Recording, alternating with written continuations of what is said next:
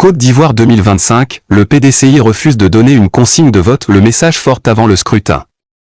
En Côte d'Ivoire, à quelques jours d'un scrutin présidentiel décisif, le paysage politique se tend.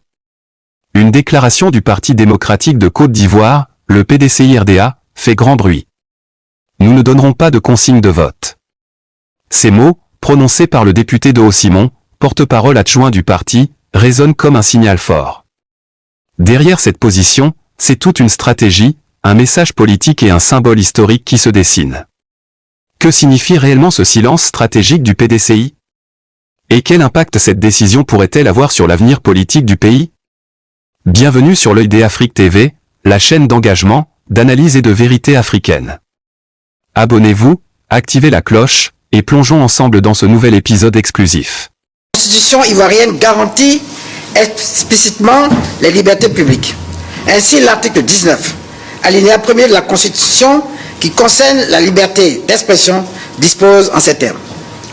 La liberté de penser et la liberté d'expression, notamment la liberté de conscience, d'opinion philosophique et de conviction religieuse ou de culte, sont garanties à tous.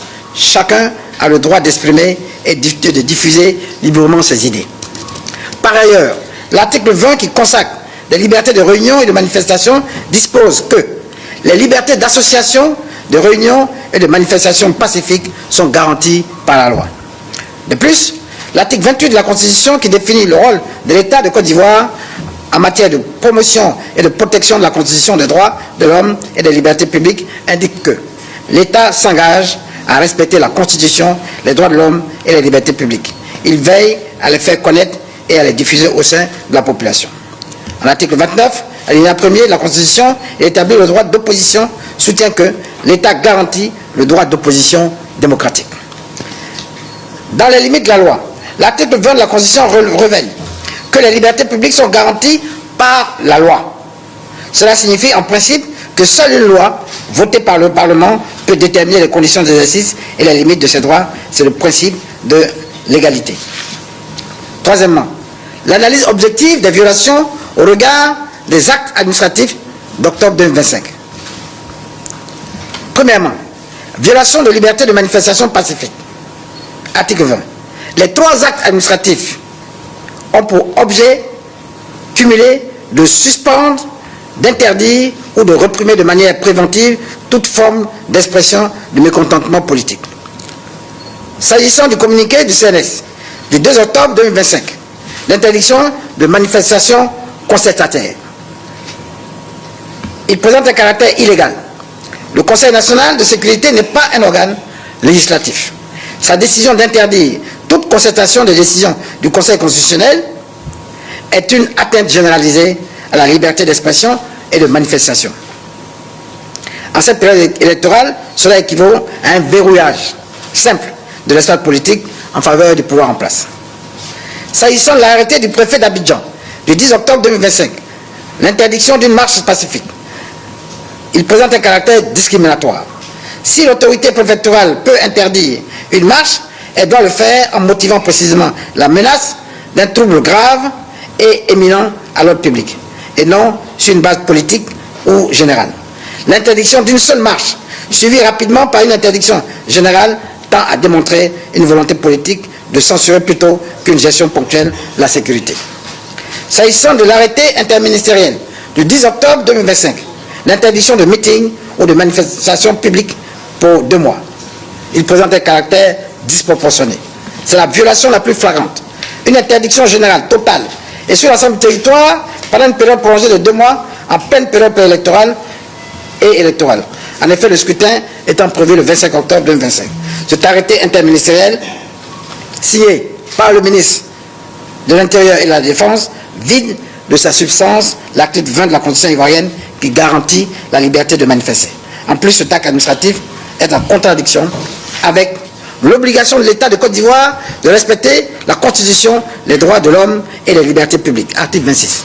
La liberté d'association des partis politiques, article 20, et le droit d'opposition démocratique, article 29. La violation du droit à la concertation et au pluralisme politique, article 19 et 29 de la Constitution. Le droit de manifester est la consécration des libertés d'expression et d'opinion pour les groupes d'individus, en interdisant les concertations, en guillemets, et les meetings, en guillemets, l'État ivoirien contrevient gravement à l'esprit de la démocratie tel qu'il est proclamé dans le préambule de la Constitution de notre pays. En conclusion, ces trois actes administratifs cités forment un cadre répressif qui vise à étouffer de manière systématique et méthodique les manifestations des partis politiques d'opposition démocratique. Les incidents avérés, comme les dispersions brutales de rassemblements, que plusieurs décès dont vous avez été informés, portent une atteinte grave à la situation déjà fragilisée de la paix dans notre pays. Bien que la Constitution ivoirienne et les droits permettent des limitations des libertés publiques, dans certains cas, des organisations importantes telles que Amnesty International, et je vous encourage à lire le dernier rapport, pointent du doigt une dérive répressive et un étouffement des libertés. En ceci que telles pratiques violent les engagements constitutionnels en faveur d'élections libres, inclusives et équitables. En l'état actuel de la situation, ces actes administratifs, tels que cités, contribuent à l'instauration d'un climat extrêmement hostile aux droits humains, ce qui pourrait entacher, je dirais plutôt ce qui entache d'ailleurs la crédibilité de l'élection présidentielle en cours.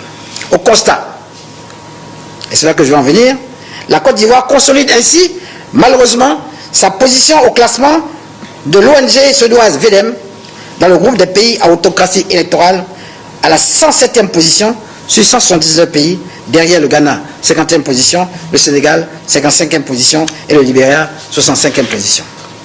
Alors, qu'est-ce qu'une autocratie électorale?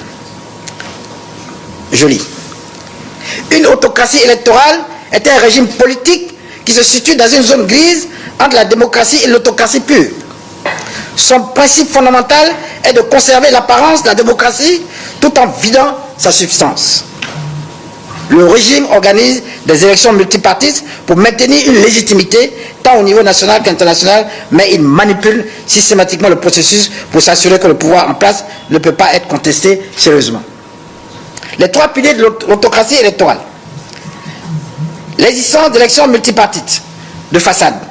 Ce qui est visible, il y a plusieurs partis politiques, une opposition officielle, des campagnes électorales et un scrutin. La réalité, cette compétition n'est pas libre ni loyale. L'opposition est tolérée, mais elle est systématiquement désavantagée. Son but est de donner l'illusion du choix et de la compétition. Deuxièmement, l'absence de liberté fondamentale, le mécanisme de contrôle. Liberté d'expression muselée, les médias critiques sont contrôlés par l'État, soit harcelés judiciairement et ou économiquement. Les journalistes indépendants et les opposants sont intimidés, emprisonnés, réduits au silence. L'espace numérique est surveillé et censuré. La liberté de réunion entravée. Les manifestations pacifiques sont interdites. Ou obtenir une autorisation pour un rassemblement politique est extrêmement difficile pour l'opposition. Troisièmement, l'absence d'élections libres et équitables. C'est la conséquence directe de l'étouffement des libertés. Les élections ne sont qu'une formalité pour entériner le pouvoir en place. Les méthodes du trucage sont variées et souvent subtiles. Trucage en amont, modification des lois électorales pour favoriser le parti au pouvoir, contrôle partisan de la commission électorale, découpage électoral favorable, trucage pendant la campagne, accès inégal aux médias publics, utilisation des ressources de l'État pour la campagne de pouvoir, calomnie contre l'opposition, etc., etc. Trucage le jour même des élections, bourrage des urnes, intimidation des observateurs, falsification des procès-verbaux. Chers amis, vous aurez conclu, vous serez arrivé à la même conclusion que moi. Nous sommes bel et bien actuellement en Côte d'Ivoire dans un système... Mardi 21 octobre 2025. Siège du PDCI-RDA à Cocody. L'atmosphère est électrique. Face à la presse, deux figures montantes du parti, le député Doho Simon et l'ancien ministre Calix Yapo, prennent la parole. Après plusieurs semaines de rumeurs, de spéculations et d'interrogations, la position du plus vieux parti de Côte d'Ivoire est enfin connue. Le PDCI-RDA ne soutiendra aucun candidat pour l'élection présidentielle du 25 octobre. Pour beaucoup, c'est une bombe politique. Pour d'autres, c'est un acte de cohérence. Derrière ce silence apparent, se cache une colère contenue, une dénonciation ouverte d'un système électoral jugé verrouillé. Dans ses déclarations, Doho Simon ne mâche pas ses mots. Il accuse le système électoral d'être faussé à la base. Selon lui, la liste électorale n'a pas été révisée, la commission électorale indépendante n'a pas été réformée, et les conditions minimales de transparence n'ont pas été réunies. Pour le PDCI-RDA, aller aux urnes dans ces conditions reviendrait à valider un processus dont l'issue serait déjà connue.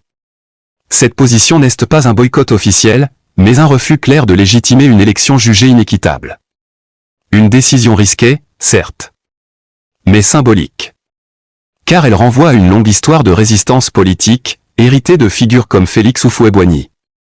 Au cœur de cette tempête politique, un nom revient sans cesse, Cheikh Tidiane Thiam.